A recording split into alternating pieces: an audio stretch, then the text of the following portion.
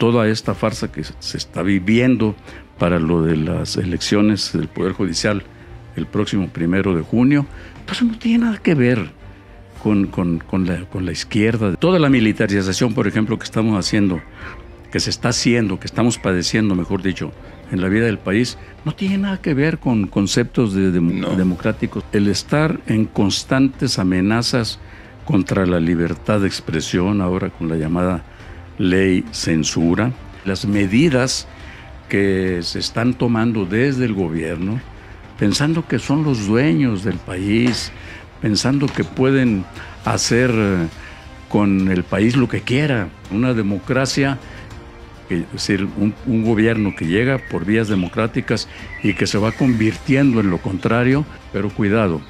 Así empezó Venezuela en su momento a vivir las cosas, y los venezolanos que estaban en la oposición decían, no hay problema, aquí no va a pasar eso. Cuidado, cuidado, y que aquí nos confiemos.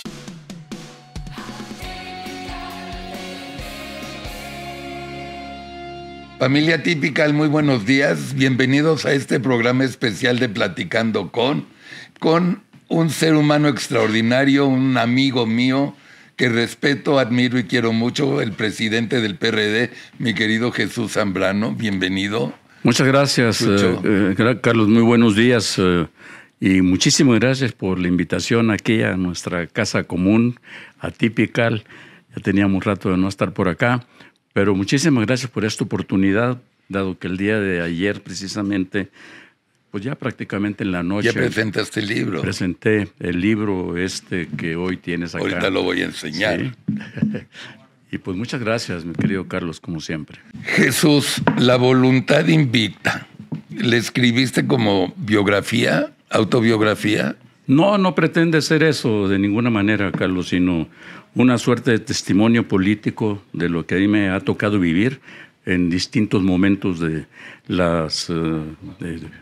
del devenir histórico de nuestro país. Ya. Ok, a ver, ¿cómo nace un guerrillero? ¿O cómo nace y por qué nace Jesús Zambrano y su hermano como guerrilleros? ¿Qué les llamó la atención o por qué lo quisieron hacer? Nosotros en realidad ya estamos estudiando físico-matemáticas en la Universidad de Sonora. Sí. Éramos, como les decían, chicos dieceros. Sí. Pero entendimos también cuando nos empezamos a enterar de muchas cosas que estaban pasando, de injusticias, de desigualdades sociales en nuestro país, que nos llegaron las noticias de la represión del 68, sí, que pues podríamos llegar a ser buenos científicos. Yo incluso llegué a pensar en ir a la NASA, etcétera, a trabajar. Pero ¿y de qué iba a servir si no se arreglaba todo lo demás? Y de ahí...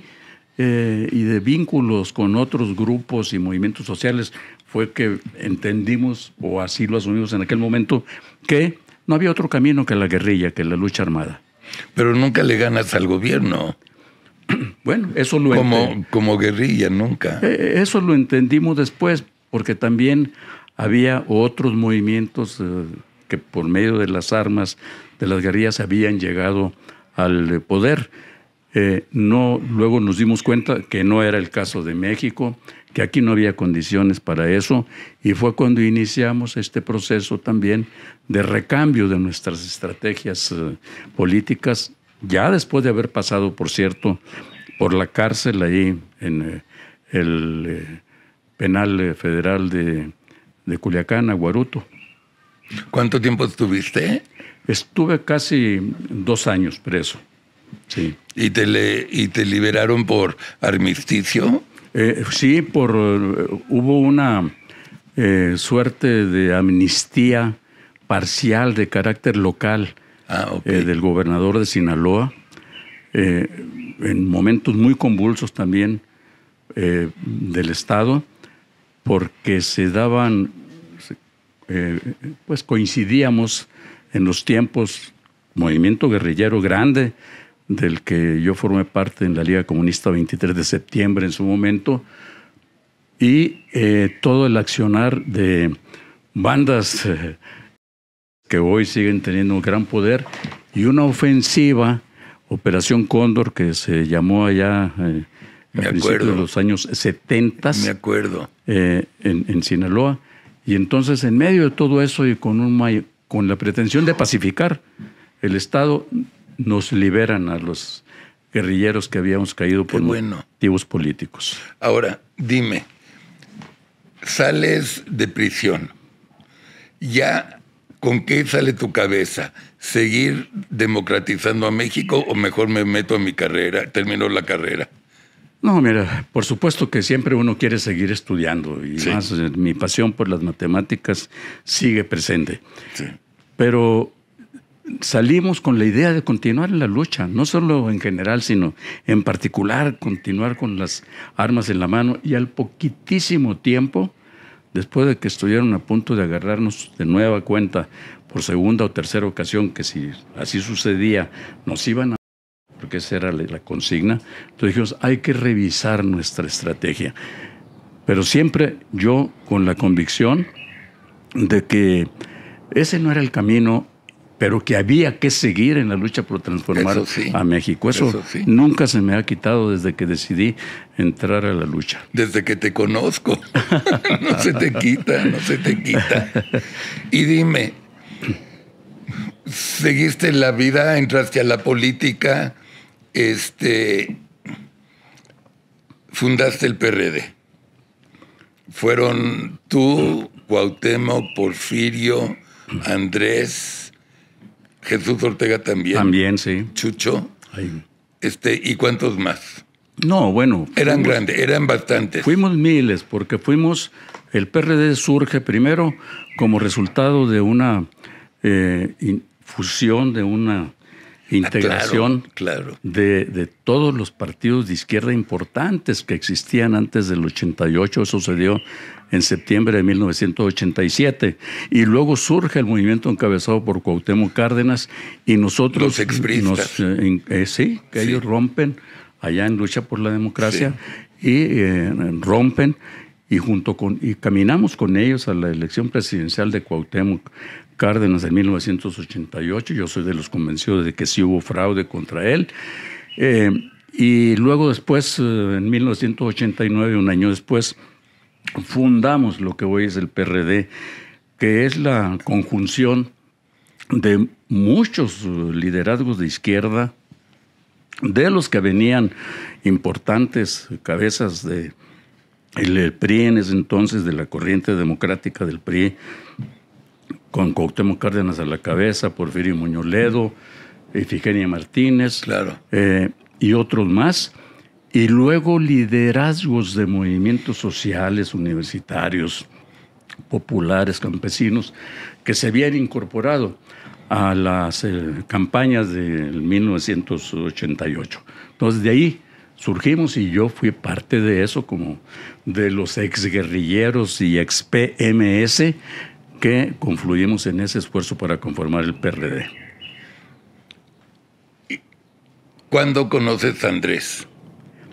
Yo lo empecé a tratar hasta después de fundado el PRD, porque López Obrador no es de los fundadores del PRD, como luego se ha querido dar a conocer, a entender. Él mismo incluso ha contribuido a eso. Él se suma, después él estaba en el PRI cuando fundamos el PRD, y luego después de que hubo contradicciones allá en su estado natal, Tabasco, Andrés Manuel decide romper con el PRI por la candidatura precisamente al gobierno. Cuando Roberto le ganó, me acuerdo. Exactamente. Sí. Entonces él se viene acá y lo hacemos candidato del PRD, pero en esa circunstancia. Y ahí lo empezamos a tratar así, a él. ¿Qué le veían, carajo? Hablo en serio porque yo desde que lo conozco, y mira que lo conozco desde hace tiempo, nunca le he visto nada, más que un extraordinario populista, un extraordinario orador que sabía exactamente dónde llegar a la fibra de la gente humilde. Lo hacía muy bien. Pues sí, entre otras cosas eso, pero yo creo que hay que reconocerle que ha tenido una gran intuición política para poderse mover. Intuición, sí. Sí, en distintos momentos, en coyunturas complicadas. Y luego asumió el que se proyectara él mismo como un líder con compromiso social profundo de defensa de los oprimidos, de los más necesitados del país, y eso fue llevando a que también pues, mucha gente lo viera y terminó viéndolo así en el 2018 como alguien que iba a ayudar a resolver los problemas. ¿Cómo fue generalmente hablando tu relación con Andrés? Fue, mira, a ver, desde luego de respeto mutuo institucionalmente hablando, pero al mismo tiempo también lleno de muchos momentos de tensión, porque habíamos en el PRD quienes no estábamos de acuerdo en que él tomara decisiones y luego se las impusiera al partido, como la toma de los pozos petroleros en su momento. Reforma. Y posteriormente, ya en el 2006, lo de la toma de Reforma, del Zócalo y Reforma, y otras decisiones, o lo de asumirse como presidente legítimo después de las elecciones del 2006. Las cosas no estábamos de acuerdo con eso y siempre estábamos ahí forcejeando, ¿sí? Y entonces, por eso él tampoco por decirlo coloquialmente, tampoco nos tragaba a nosotros, a quienes desde la dirección del PRD le discutíamos cosas. ¿Por qué rompe Andrés con ustedes? Crea a Morena y 55% se van con él. Del PRD se van a Morena. ¿Por qué? En realidad, él empezó a formar Morena desde que estaba de jefe de gobierno en la Ciudad de México. Y luego, cuando se vino la campaña presidencial del 2006, él hizo su propia estructura electoral, que fueron de los grandes errores que yo sostengo que cometió, con gente de él, de confianza, entre comillas, porque no confiaba en el PRD. Y luego ya, cuando se da la lucha postelectoral, la toma del Zócalo y Reforma, etcétera, él se apoya fundamentalmente para su propaganda en lo que ya había sido lo que habían empezado a construir de Morena, Movimiento de Renovación Nacional, Bueno, y ahí empezó también un alejamiento del PRD. Luego, cuando él hace su campaña nacional para refrendarlo desde su presidencia legítima, pues nosotros, desde la Dirección Nacional, no lo apoyamos, pero mucha gente en los estados sí.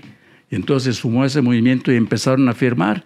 Y ya, después en el 2012, cuando él volvió a ser, por última ocasión, candidato a la presidencia de la República, porque no tuvimos de otra, entonces él ya me dice a mí, yo voy a meterme a la legalización de Morena como partido nacional, es necesario un nuevo partido, etcétera, etcétera.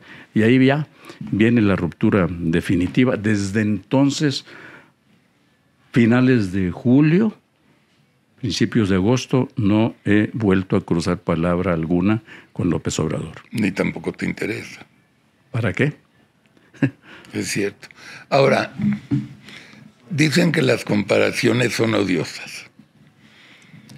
Los dos partidos dominaron territorios muy importantes. Ustedes, la Ciudad de México, la gobernaron más de 20 años y en general lo hicieron bien. O sea,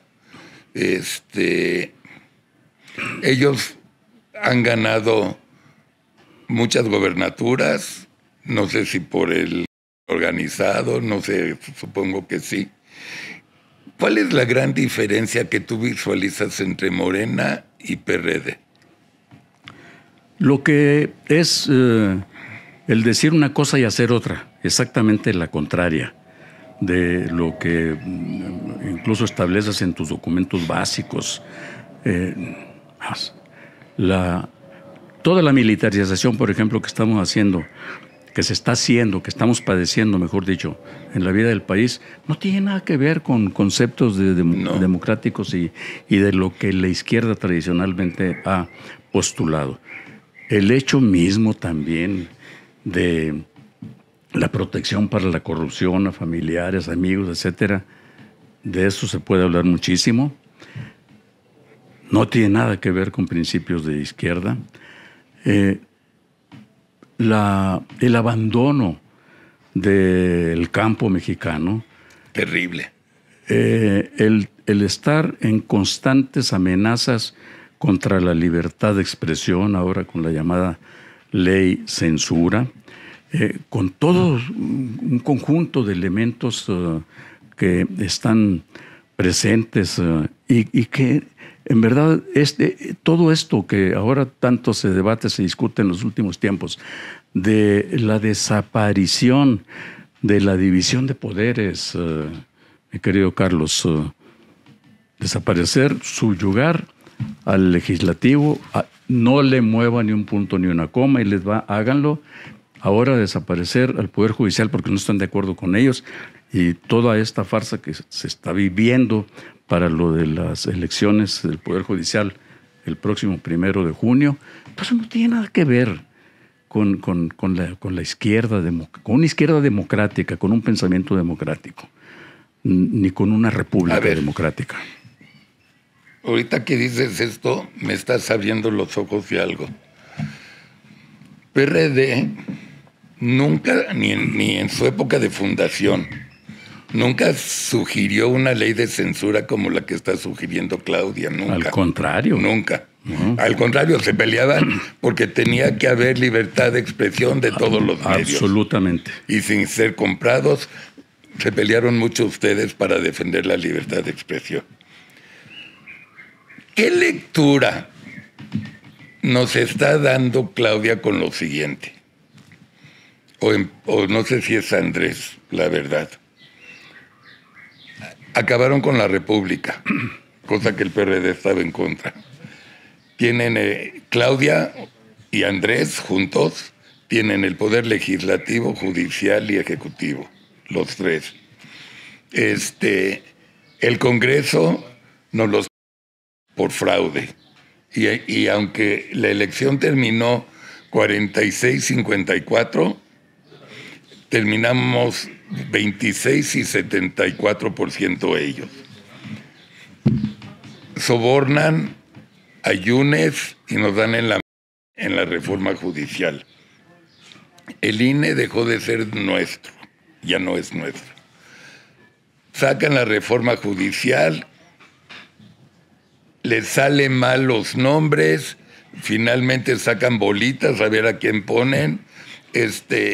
Hablan de democracia, que es una del tamaño del mundo, y sacan la ley de censura. ¿Cuál es la lectura en tus ojos de esta situación que nos están dando en la... Que lamentable y preocupantemente, Carlos, vamos muy rápidamente, aceleradamente, en una ruta de deterioro de la democracia, de acentuar cada vez más los rasgos autoritarios, la deriva autoritaria cada vez más presente. No podemos decir que estamos ahorita en una dictadura, pero vamos rumbo a... Sí, si vamos, no, ¿verdad? Yo estoy convencido de que sí, que cada vez son más los tonos y las medidas que se están tomando desde el gobierno, pensando que son los dueños del país, pensando que pueden hacer con el país lo que quiera y que pueden pasar por encima de la Constitución y de la ley. Al fin y al cabo, ellos pueden modificar la Constitución como quieran, claro. ¿Sí? Hasta modificando las bases fundamentales de los principios de una república democrática. Entonces, a ver, yo coincido en que decimos, a ver, ahorita ya estamos viviendo una dictadura. No, afortunadamente no, pero cuidado. Así empezó Venezuela en su momento a vivir las cosas y los venezolanos que estaban en la oposición decían, no hay problema, aquí no va a pasar eso. Cuidado, cuidado y que aquí nos confiemos. Por eso también hay que poner mucho el acento y reflexionar sobre esto, de que podamos idear estrategias, ustedes desde los medios de comunicación, nosotros quienes estamos en los movimientos y fuerzas de oposición, para que podamos hacer un frente común y poder entonces evitar en todo lo posible que esto se consolide, que esta ruta autoritaria, autocrática, se consolide en nuestro país. ¿Crees que va a pasar la ley de censura? Yo creo que la van a tratar de aderezar un poco, aunque también, como va de la mano esta llamada ley de censura, de la concentración de las facultades para quitar concesiones o para dar a los distintos medios de comunicación, chantajear, presionar en las redes, etcétera, etcétera. Va a concentrar todo eso en la agencia esta de transformación digital, sí, que le llaman. Merino. Merino. Pero también yo sé que como le están exigiendo al Ejército y a la Marina que entreguen todos sus bases de datos delicados que tienen que ver con seguridad nacional y que se los entreguen a esta nueva agencia, hay resistencias internas también. Entonces, yo no sabía. Parte de la reforma quieren los datos del Ejército. Así es, vienen planteados ahí. Y entonces, a ver, yo me pregunto, ¿el Ejército va a estar dispuesto a eso? No. Cuidado, porque entonces sí estaríamos sujetos a un poder ya cuasi dictatorial, o como yo he dado en llamarle, agarrando una frase de un estudioso francés, que le llama la democradura, una democracia, es decir, un gobierno que llega por vías democráticas y que se va convirtiendo en lo contrario paulatinamente. Yo creo que estamos mucho viviendo eso en México y cuidado con que eso se afiance. ¿Tú conociste a Claudia? La traté en el joven partido, en el PRD en su momento, no mucho. Luego la traté... ¿Era activista en el PRD? Pues ella era reconocida como de los que venían de movimientos universitarios, pero tampoco era de los principales dirigentes, no, la verdad, nunca lo fue. Pero pues logró tomarse la confianza de Andrés Manuel, la hizo secretaria de su gabinete y después todo lo que ya sabemos hasta la fecha actual, ¿no? Entonces, pero en el gobierno la traté porque yo estuve aproximadamente 2 años en el gobierno después de los videoescándalos aquellos. Sí, me acuerdo. De Bejarán y compañía y del exmarido de Claudia. Yo entré en ese momento y entonces ahí, pero sin tener tampoco un trato importante con Claudia. Lo que sí me ha quedado claro es que ella era de lo que ahora le llaman los yes men. Claro. Lo que usted diga, señor. Sí, señor. Es cierto. Hasta el día de hoy, ¿no? Hasta el día de hoy, porque ella es parte de ese proyecto. Ojalá. Lo dijo. ¿Qué más desearíamos y qué más desearía yo? Que Claudia entendiera que pues las cosas no son como ellos piensan, que vamos bien, que el país va bien. No, yo creo que algunas cosas sí se están haciendo bien, pero la gran mayoría, que es la que nos está hundiendo como país, no van bien. Va a renacer, ahorita que este es el año en que están formando nuevos partidos, la sociedad, ¿qué va a pasar con PRD? Nosotros, con Jesús Zambrano. Okay, bien, sí, gracias, porque el PRD nunca fue homogéneo y después de las elecciones menos. pero la gran mayoría de los liderazgos, tanto a nivel nacional como sobre todo estatales, de lo que fue el PRD con registro nacional, han decidido que cerremos filas, caminar juntos, a ver si logramos, y en eso estamos, construir un nuevo proyecto político. Aunque vemos más de 80 agrupamientos a nivel nacional. ¡Qué bárbaro! Estamos en eso. Y yo creo que bien valdría la pena, por la gravedad de la situación del país, que se reflexionara sobre eso y se hiciera un esfuerzo de búsqueda de confluencias para unificar esfuerzos. ¿En qué están de acuerdo? A ver, sí, y si podemos caminar juntos para pues construir una fuerza que sea verdaderamente opositora, que no sea confrontacionista por confrontar y todo lo que sea, pero que sí levante banderas democráticas, socialdemócratas, y que no sea tampoco en la contrapartida un partido satélite de Morena, del gobierno. Entonces, yo estoy convencido de eso. Yo estoy hablando con muchos liderazgos de otros agrupamientos para buscar que sumemos esfuerzos en esa ruta. Entonces estás haciendo lo mismo que está haciendo Ulises Ruiz, Guadalupe Acosta con sus partidos y más gente. Sí, digamos que cada quien ¿Quieres a su formar manera. tu propio partido? Sí.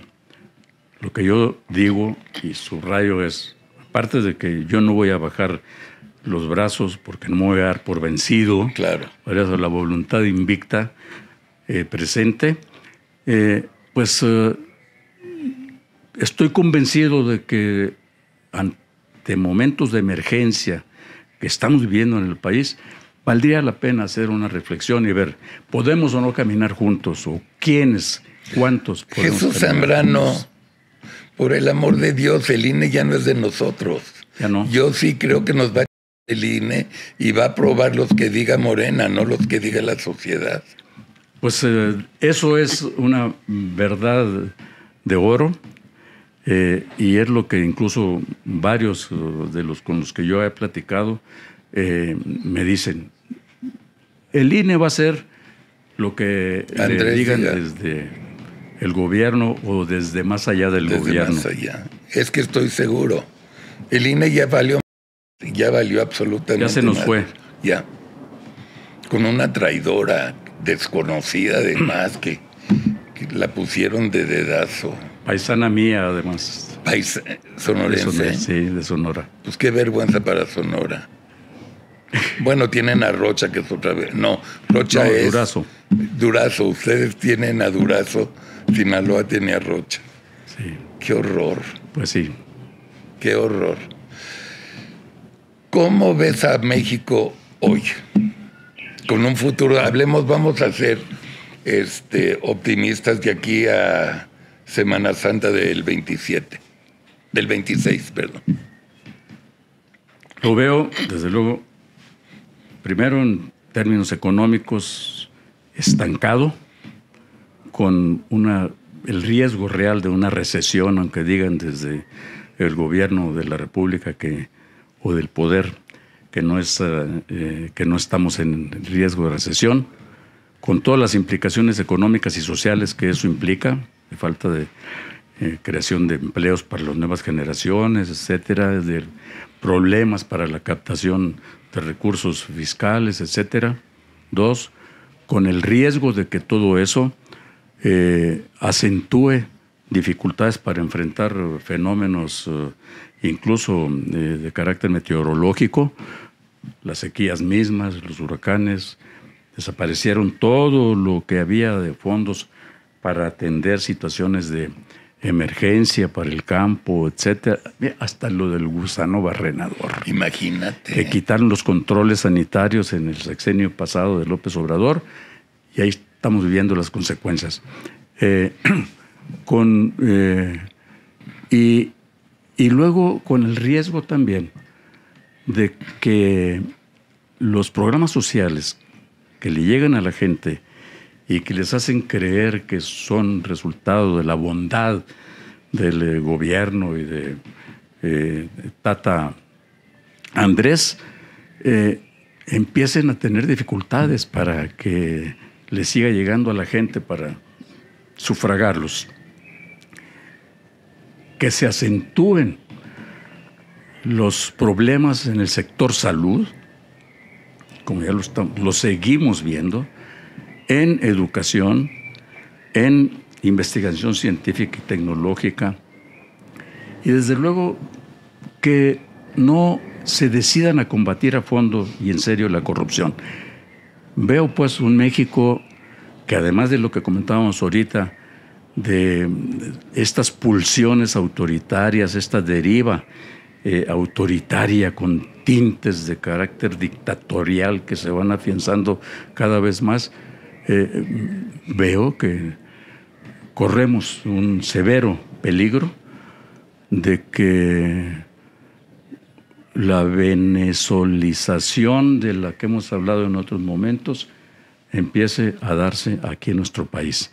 Por eso vale la pena que desde todos los ángulos de la sociedad, tanto los que estamos organizados en fuerzas políticas como tú valientemente y tu equipo defendiendo todo lo que tiene que ver con la libertad de expresión, desde la sociedad civil, de sus distintas organizaciones, que hay muchísimas afortunadamente, no bajemos la guardia, no nos confiemos, no digamos, no, aquí no va a pasar eso.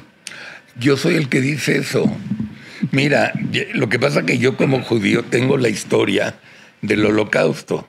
Cuando Hitler ya toma el poder y empiezan gradualmente a atacar a los judíos, un judío le decía al otro, oye, ojo, nos quieren.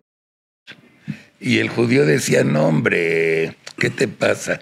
Si mi chofer es cuñado del chofer de Goebbels y no las pela, ¿no? Y se confiaban y no, ¿tú qué crees? Que eso no va a pasar, eso no va a pasar, eso no va a pasar, hasta que pasó, ¿no?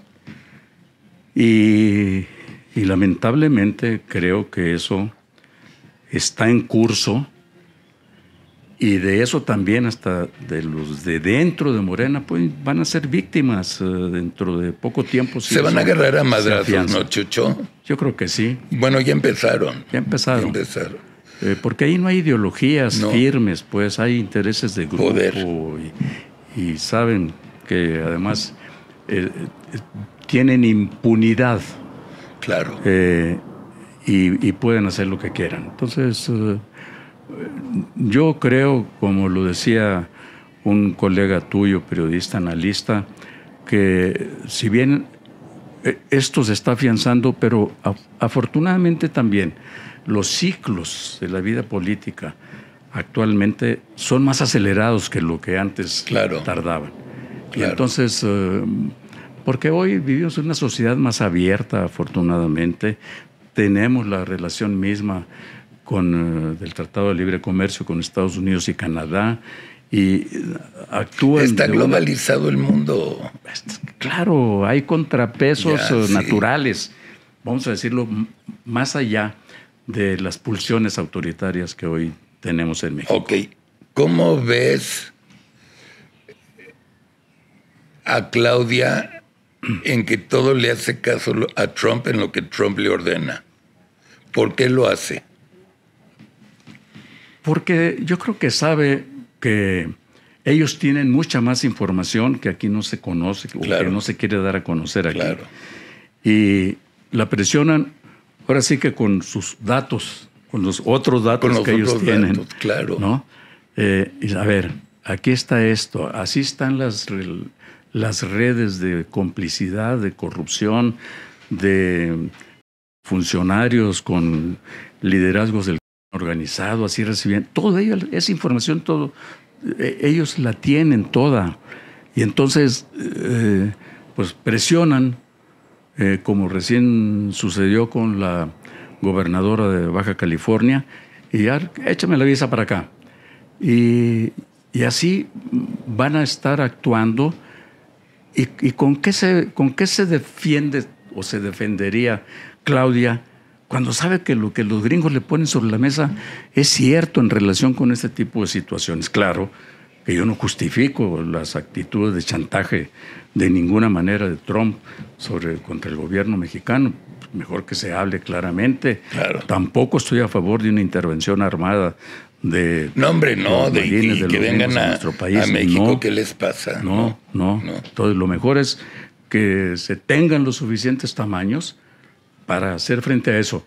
Yo digo que Claudia las decisiones que en materia de cambios en el combate a la estrategia de seguridad es obligada por la fuerza de los hechos y la presión. Como parte de los hechos está la presión gringa de Trump. Y así también las medidas que pueda tomar no serán tanto por su propia convicción, sino obligada por la fuerza de los hechos, de los acontecimientos. ¿Cómo puedes, Jesús, quitarle la mayoría absoluta a Morena en el 27? Pues yo digo que primero hay que esperar a ver. Todavía van a pasar muchas cosas de aquí al 27, sí. por la celeridad con que están presentándose un conjunto de acontecimientos de los que hemos hablado aquí. Y luego yo soy de los convencidos de que hay que hacer un gran frente con principios básicos democráticos, en donde quepamos todos los que no queremos que se afiance esta deriva autocrática y autoritaria que está en curso en el país. No le veo de otra hoy. ¿Pero se puede?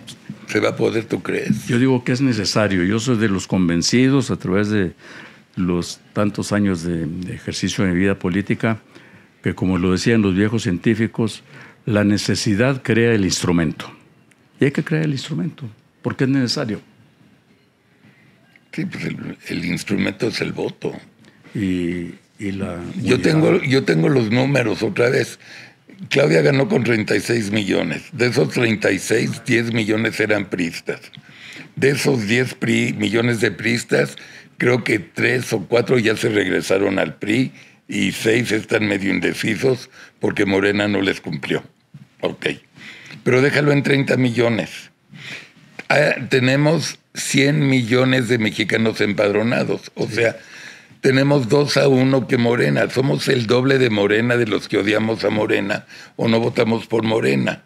¿Qué tan difícil es llevar a la gente que vote para que seamos 2-1 a favor de la oposición? ¿Qué onda? Hay que mover conciencias. Hay que dejarle muy claramente lo más que podamos a esos 70 millones de los 100, el riesgo que estamos corriendo como país, y que por encima de nuestras diferencias, de que si tú vienes de acá, de allá, pero que todos coincidimos en que no queremos que eso le pase al país, entonces sumemos esfuerzos y que la gente ahí sí, en el 27, pueda salir a votar. Quiera salir a votar. Sí. Quiera salir a votar. A mí me preguntan, le dije, a ver, no le den tantas vueltas. Somos 70 contra 30. Deberíamos ganar por goliza. Sí, pero hay muchos lesionados que no juegan. No, pues que salgan a jugar aunque sea con muletas, carajo. ¿No? Pues sí.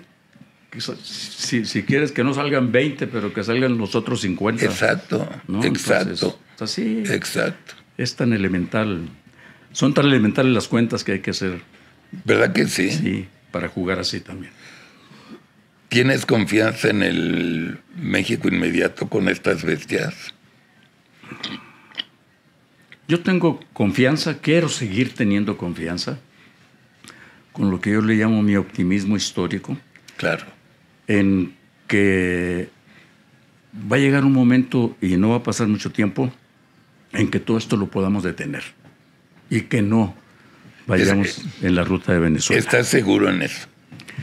Estoy seguro de mi convicción, de pensar que hay en nuestro querido México muchas capacidades, muchas potencialidades que hasta hoy no han surgido con la suficiente fuerza y visibilidad y que se van a hacer presentes. No va a pasar mucho tiempo en que eso suceda. Esa es mi convicción. Ok, ahora, la voluntad invicta.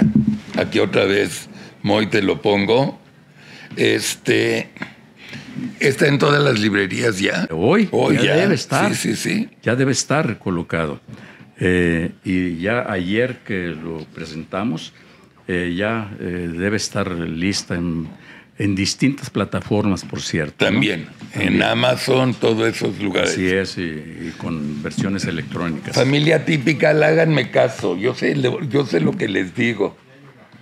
Una de testimonio, de verdad, la voluntad invicta de la guerrilla al compromiso democrático. Jesús Zambrano lo conozco perfecto, es neta. Sí, ninguna de las 300 páginas toma el pelo ni miente. Es absolutamente neta. Se los recomiendo muchísimo. Y a ti, Jesús, te deseo el mayor de los éxitos. Sabes que aquí es tu casa. Cuando quieras venir, me hablas y estamos a tus órdenes. Y que Dios te bendiga y te deseamos la mejor de las suertes. Muchísimas gracias, de veras, mi querido Carlos, con mi entrañable cariño y respeto por lo que haces. Es mutuo. Y desde luego a toda la familia Atypical. Muchas gracias. Familia Atypical, disfruten de la programación de hoy jueves y toda la semana. Nos vemos el próximo domingo en otro Platicando. Viene la segunda parte con el doctor Pepe Newman, que ustedes pidieron que querían la segunda parte. Vamos a ver qué dice ahora de Claudia, qué dice del Poder Judicial y la reforma. Va a estar muy interesante. Gracias a todos y que tengan un gran día.